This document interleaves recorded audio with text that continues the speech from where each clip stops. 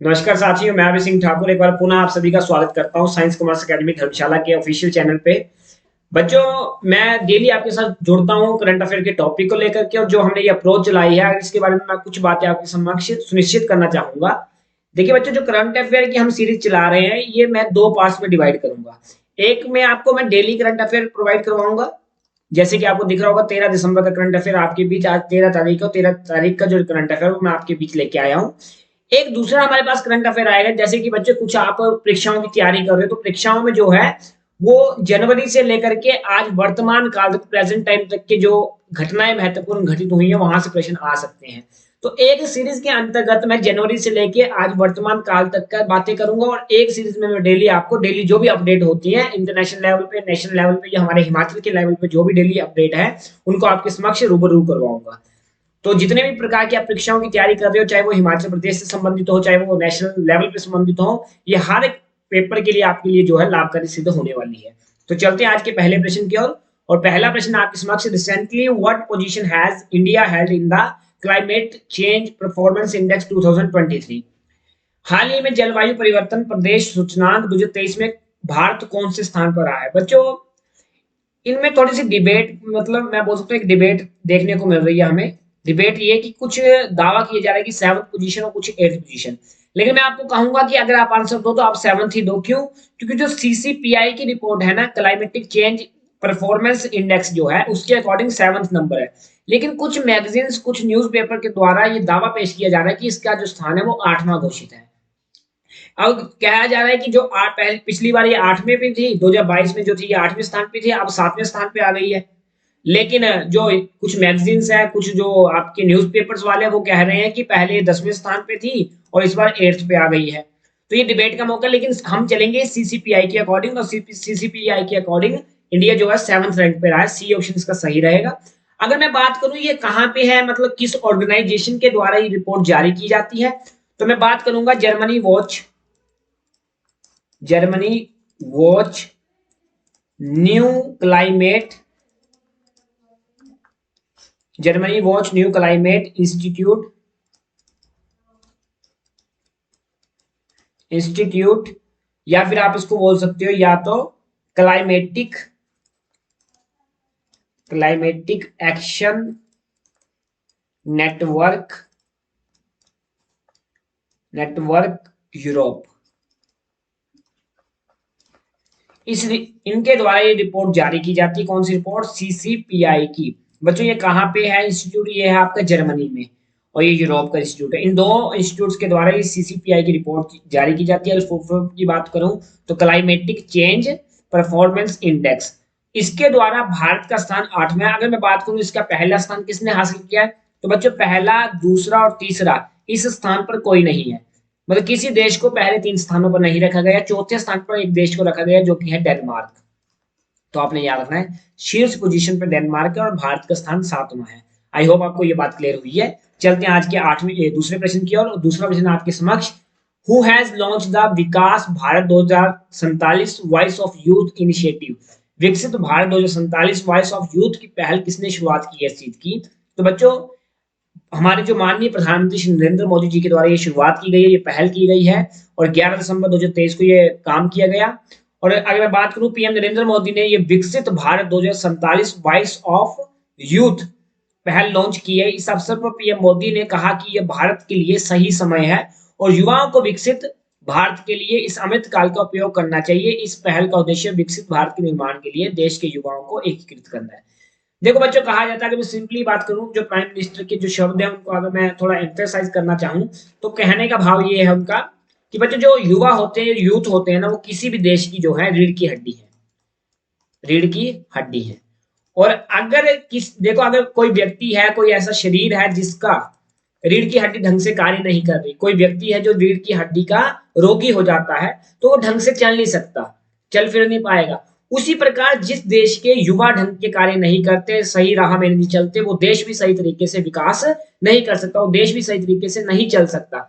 तो प्रधानमंत्री नरेंद्र मोदी का ये कहना है कि हमारा जो यूथ है वो हमारे देश के विकास में हमारे साथ चले। हमारे मतलब युवाओं को एकीकृत करना है हमने, और मिलकर के हमने अपने देश का विकास करना है। तो आई होप आपको ये बात हुई होगी क्लियर। चलते हैं आज के तीसरे प्रश्न की ओर। और आज का तीसरा प्रश्न बच्चों आपके समक्ष, छत्तीसगढ़ के नए मुख्यमंत्री के रूप में किसे चुना गया है। देखिए छत्तीसगढ़ के अगर जो नए मुख्यमंत्री आए हैं वो विष्णुदेव साय आए हैं। अगर देखिए थोड़ी बात कर लेते हैं, छत्तीसगढ़ बीजेपी के पूर्व अध्यक्ष विष्णुदेव साय, मतलब छत्तीसगढ़ में जो बीजेपी थी, बीजेपी के जो पूर्व अध्यक्ष थे वो कौन थे, विष्णुदेव साय, और इनको राज्य के नए मुख्यमंत्री के रूप में बनाया गया है। विष्णुदेव साय छत्तीसगढ़ के पहले आदिवासी मुख्यमंत्री होंगे, एक बात याद रखना, ये पहले आदिवासी मुख्यमंत्री हैं। और चौथे मुख्यमंत्री रहेंगे आपके, फोर्थ नंबर के मुख्यमंत्री रहेंगे ये कहां से, आपके छत्तीसगढ़ से। आज तक 4 ही मुख्यमंत्री हमें देखने को मिले हैं। पहला जब मुख्यमंत्री यहां से बना था तो वो बना था इंडियन नेशनल कांग्रेस पार्टी का। अगर सेकंड की बात करें तो बनी थी बीजेपी सरकार की। अगर थर्ड की बात करें, थर्ड की दोबारा फिर से बनी थी आईएनसी, मतलब इंडियन नेशनल कांग्रेस के बने थे। और फोर्थ वन, अब चौथे जो मुख्यमंत्री बने जो दोबारा बीजेपी की। तो अगर प्रश्न आए कि छत्तीसगढ़ में किसकी सरकार आई इस बार, तो बीजेपी की सरकार आई है। चौथे नंबर के ये मुख्यमंत्री है। और कौन है मुख्यमंत्री चौथे नंबर के, विष्णुदेव साय। प्रश्न ये भी आपको आ सकते हैं कि इससे पहले कौन वहां का मुख्यमंत्री था। ऑब्वियसली सी बात है, आईएनसी के मुख्यमंत्री होंगे, कौन होंगे, भूपेश बघेल। भूपेश बघेल जो थे आईएनसी के पहले मुख्यमंत्री थे, और अब जो है वो विष्णुदेव साय। इतनी बात अगर आपको क्लियर होती है, नेक्स्ट प्रश्न ये बन सकता है कि छत्तीसगढ़ में विधानसभा की कितनी सीटें हैं। छत्तीसगढ़ में विधानसभा की कितनी सीटें, तो बच्चों 90 सीटें हैं। अगर मैं बात करूं छत्तीसगढ़ की, तो छत्तीसगढ़ की राजधानी क्या है बच्चों, रायपुर। आपकी छत्तीसगढ़ की राजधानी रायपुर। आई होप आपको ये बातें क्लियर हुई है। चलते हैं नेक्स्ट प्रश्न पे। आज का चौथा प्रश्न आपके समक्ष, where is the world investment conference of world association of investment promotion agencies being organised. World association of investment promotion agency का विश्व निवेशन सम्मेलन कहाँ आयोजित किया जा रहा है। बच्चों इसका सही आंसर सी है, नई दिल्ली में आयोजित किया जा रहा है। कब से कब, 11 से लेकर 14 दिसंबर के बीच ये आयोजन जो है किया जा रहा है। इस चीज का वर्ल्ड इन्वेस्टमेंट कॉन्फ्रेंस 2023, और ये इसका 27वां अधिवेशन है बच्चों, 27वां अधिवेशन है। और मैं एक बात आपको और क्लियर कर देता हूं, ये पहली बार होगा कि ये भारत के अंदर आयोजन हो रहा है इसका। 27 बार ये कॉन्फ्रेंस हो चुकी है, इस बार 27वीं कॉन्फ्रेंस ये हो रही थी, और भारत में पहली बार ये कॉन्फ्रेंस हो रही है। इस बात को क्लियर करना आप। World association of investment promotion agency being organised, जो ये एक कॉन्फ्रेंस है, ये पहली बार भारत के अंदर हो रही है। World association of investment promotion agency के 27वें विश्व निवेश सम्मेलन का आयोजन नई दिल्ली में किया जा रहा है। इसका आयोजन India international convention and expo centre Yashobhoomi, बच्चों इस इंटरनेशनल जो कन्वेंशन सेंटर है हमारा यशोभूमि में, यहाँ ये कॉन्फ्रेंस हो रही है। G20 की कॉन्फ्रेंस भी बच्चों यही हुई थी, ये बात भी आप याद रखना। उद्योग एवं आंतरिक व्यापार संवर्धन विभाग के तहत यह अब तक का सबसे बड़ा विश्व निवेश सम्मेलन है। विश्व का सबसे बड़ा निवेश सम्मेलन भी यही है, और भारत में ये पहली बार हो रहा है। इतनी बात आपने क्लियर करनी है। चलते हैं आज के 5वें प्रश्न की ओर। What is the India's rank in climate change performance index 2023। Climate change performance index 2023 में भारत की क्या रैंक है। फिर से वही प्रश्न, 7वीं रैंक मैं बता रहा हूँ CCPI के अकॉर्डिंग। और अगर बात करें कुछ मैगजीन्स के द्वारा तो 8वीं रैंक बताई जा रही है। तो आपने 7वां, D option is the right answer. तो आई होप आपको ये बात क्लियर हुई होगी। मैंने ये बातें पहले भी क्लियर कर दी। 63 देशों की ये रिपोर्ट आई थी, और 63 देशों में से भारत का 7वां जो नंबर है। आई होप आपको ये बात क्लियर हुई है। चलते हैं आज के 6ठे प्रश्न की ओर। Who has been elected as the new chief minister of Rajasthan. बच्चों राजस्थान के नए चीफ मिनिस्टर कौन बनाए गए हैं, तो इसका सही आंसर आएगा भजन लाल शर्मा।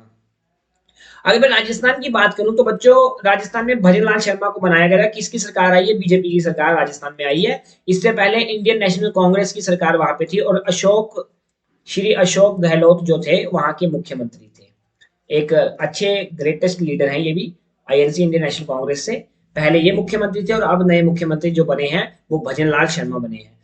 और अगर मैं बात इनके रिलेटेड और करूं तो राजस्थान की जो राजधानी, पर इस बात को लेते हैं, राजस्थान की जो राजधानी है वो जयपुर है बच्चों। और जयपुर को एक और नाम से जाना जाता है पिंक सिटी। प्रश्न आ सकता है पिंक सिटी किसे कहते हैं, तो Jaipur is the right answer. ये बात आपकी क्लियर होती है। इसके साथ मैं कुछ बातें और क्लियर करना चाहूंगा आपको कि राजस्थान के नए मुख्यमंत्री जो है भजन लाल शर्मा के नाम की घोषणा कर दी गई है। वो 4 बार भारतीय जनता पार्टी के प्रदेश महासचिव रहे हैं, मतलब राजस्थान प्रदेश के वो महासचिव रह चुके हैं 4 बार बीजेपी पार्टी के।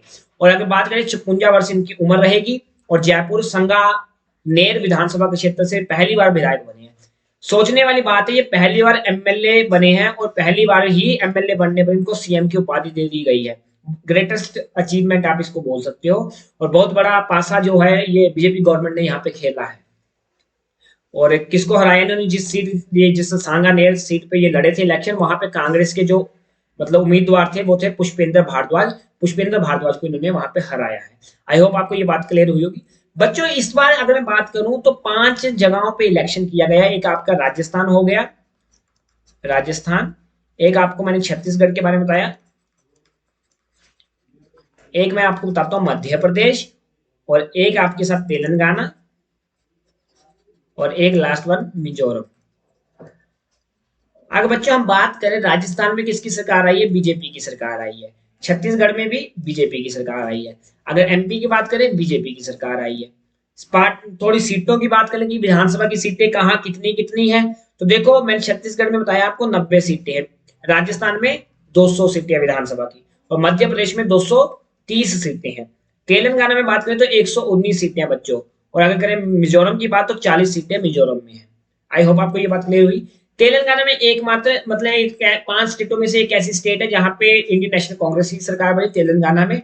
और मिजोरम में वहां की जो जेपीएम एक पार्टी है, ट्राइबल पार्टी है, इस पार्टी की सरकार बनी है। आई होप आपको ये बात क्लियर हुई है। राजस्थान के मुख्यमंत्री मैंने आपको बता दी नए कौन बने हैं, भजनलाल शर्मा। छत्तीसगढ़ के विष्णु।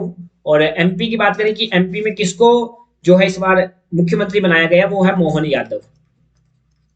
मोहन यादव जी को मुख्यमंत्री बनाया गया। अगर तेलंगाना में बात करें, तेलंगाना में किसको मौका दिया गया मुख्यमंत्री का, तो रेवट रेड्डी। रेवट रेड्डी जो है मुख्यमंत्री बनेंगे। और अगर मिजोरम की बात करें तो मिजोरम से मुख्यमंत्री के रूप में लाल डू रोमा, इनको मुख्यमंत्री बनाया गया है। तो आई होप आपको ये बातें क्लियर हुई होंगी। चलते हैं आज के 7वें प्रश्न की ओर। 7वां प्रश्न आपके समक्ष, joint military exercise Vinbax 2023 is being organised between India and which country. संयुक्त सैन्य अभ्यास विनबैक्स 2023 का आयोजन भारत और किस देश के मध्य आयोजित किया गया है। अगर मैं बात करूं, ये अभ्यास युद्ध वियतनाम के साथ हुआ है। भारतीय सशस्त्र बलों की टुकड़ी संयुक्त सैन्य अभ्यास विनबैक्स के लिए हनोई पहुंच गई है। हनोई कहाँ है बच्चों, वियतनाम में है। और यहाँ पे विनबैक्स एक्सरसाइज में भारत और वियतनाम देश के बीच आयोजित किया जा रहा है। ये एक मिलिट्री एक्सरसाइज है, और इस बार अभ्यास युद्ध जो है 11 से 21 दिसंबर को होगा। और यह अभ्यास युद्ध जो था 2018 में शुरू किया गया था। 2018 में युद्ध मतलब शुरू किया गया, फिर 2019 में किया गया, फिर इसका 21 में हुआ था, और फिर 22 में 23 में। इसके ये चौथा जो है सेशन है, चौथे सेशन में हो रहा है, चौथा संस्करण है। आई होप आपको ये बात क्लियर हुई होगी। इसके साथ मैं कुछ बातें और कर लूं आपके साथ, जैसे मैंने पिछले कल भी एक आपके साथ जो डिस्कस किया था करंट अफेयर, वहां पे मैंने एक आपको एक्सरसाइज बताई थी, संप्रीति। संप्रीति एक्सरसाइज हो रही है, वो किसके साथ हो रही है, इंडिया वर्सेस बांग्लादेश के बीच हो रही है ये मिलिट्री एक्सरसाइज। अगर एक और बात करूं गरुड़ की, गरुड़ वाली किसके साथ है, तो गरुड़ एक्सरसाइज इंडिया वर्सेस आपके साथ इंडिया वर्सेस फ्रांस के साथ हो रही है। तो आपने ये बातें याद रखनी है। अगर मैं बात करूं ब्रज प्रहार, ब्रज प्रहार ये किस किस के मध्य हो रही है, इंडिया वर्सेस यूएसए के साथ हो रही है। तो ये कुछ 3 एक्सरसाइज आपने और याद रखनी है। चलते हैं आज के 8वें प्रश्न की ओर। Who has been elected as the prime minister of Poland. Poland के प्रधानमंत्री के रूप में किसे चुना गया बच्चों, तो डोनाल्ड टस्क इसका सही आंसर रहेगा, बी ऑप्शन। पोलैंड की संसद ने डोनाल्ड टस्क को प्रधानमंत्री के रूप में चुना है। 2 महीने पहले हुए चुनावों में गठबंधन की जीत के बाद टस्क सत्ता में आए थे। संसद के 460 सीटों वाले निचले सदन में टस्क के समर्थन में 248 संसदीय वोट पड़े।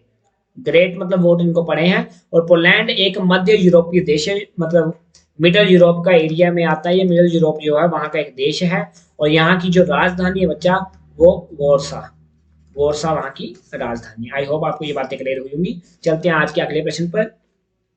Who has been named as the international anti corruption champion. International anti corruption champion के रूप में किसे नामित किया गया बच्चों, इसके पीछे का आंसर रहेगा निखिल डे। निखिल डे को यूएसए द्वारा इंटरनेशनल एंटी करप्शन चैंपियन के रूप में नामित किया गया। किस व्यक्ति को, निखिल डे को। United States Bureau of International Narcotics and Law enforcement Affairs ने भारतीय सामाजिक कार्यकर्ता निखिल डे को यह सम्मान प्रस्तुत किया। प्रश्न आया किसने यह सम्मान दिया, United States Bureau of International Narcotics and Law enforcement Affairs द्वारा। निखिल भारत में मजदूर किसान शक्ति संगठन के सह संस्थापक हैं। तो ये बात आपने क्लियर रखनी है। चलते हैं अगले प्रश्न पर।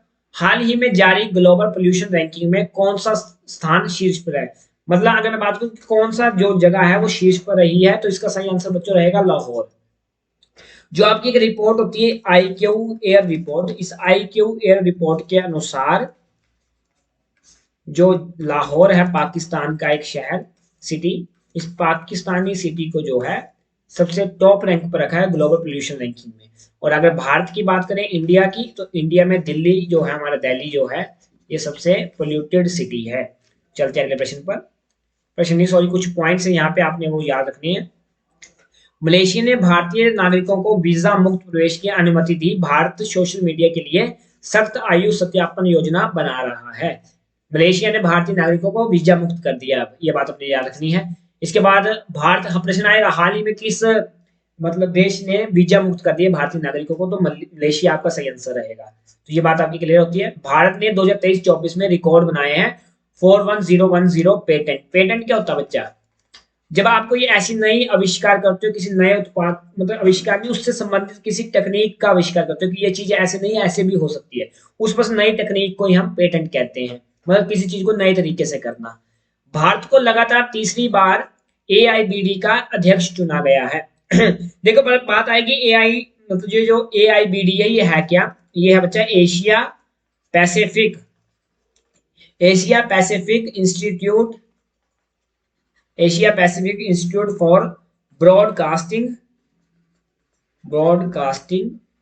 डेवलपमेंट। और भारत, इसका जब इसकी स्थापना हुई थी 1977 में, प्रश्न आ सकता है AIBD की स्थापना कब हुई है? 1977 में हुई है। और भारत इसका, जब इसकी स्थापना हुई है, स्थापना काल से ही मेंबर रहा है, और भारत लगातार तीसरी बार जो है इसका अध्यक्ष बना। ये भी एक ग्रेटेस्ट अचीवमेंट हमारे लिए है। भारत ने ICC के तीनों फॉर्मेट में नंबर 1, मतलब चाहे वो ODI हो बच्चों, चाहे वो टेस्ट हो, चाहे वो फिर T20 क्यों ना हो, भारत तीनों स्थानों पर नंबर 1 की पोजीशन दायर की है। भारत लगातार छठे महीने में उभरते बाजारों में शीर्ष पर रहा है। मतलब दुनिया के जो भी उभरते बाजार है उनमें से भारत लगातार छठे महीने भी उभरते बाजारों की श्रेणी में शीर्ष पोजीशन पर है। अगले बात करें, वनडे इतिहास में 3000 छक्के लगाने वाली दुनिया की पहली क्रिकेट टीम भी भारत बनी है। भारतीय टीम को सबसे सर्वश्रेष्ठ छक्के लगाने का रिकॉर्ड अपने नाम किया है। और अगर बात करें, भारत ने 8वीं बार एशिया कप जीता है। इस बार जो एशिया कप हुआ था, भारत 8वीं बार इस एशिया कप को जीत पाया है। आई होप आपको ये बात क्लियर हो। किसके साथ हुआ था Asia cup? India versus Sri Lanka. India versus Sri Lanka, जिसमें सिराज जी ने बहुत सारी विकेटें ली थी। आई होप आपको ये बातें क्लियर होंगी। तो आज का जो ये रहा लेक्चर हमारे बीच, हमने कुछ महत्वपूर्ण प्रश्नों पर चर्चा की, कुछ वन लाइनर कॉन्सेप्ट्स को भी हमने देखा। आज का लेक्चर यहीं तक। इससे अगर आपको अच्छा लग रहा है चैनल और अच्छे अच्छे लेक्चर्स लग रहे हैं तो लाइक करें, शेयर भी करें और कमेंट भी करें, और चैनल को सब्सक्राइब भी जरूर करें, ताकि आप जो भी हमारे नए अपडेट्स होंगे उसके साथ आपको जल्द से जल्द नोटिफिकेशन जो है वो मिल पाए। इसी के साथ धन्यवाद। जय हिंद, जय भारत।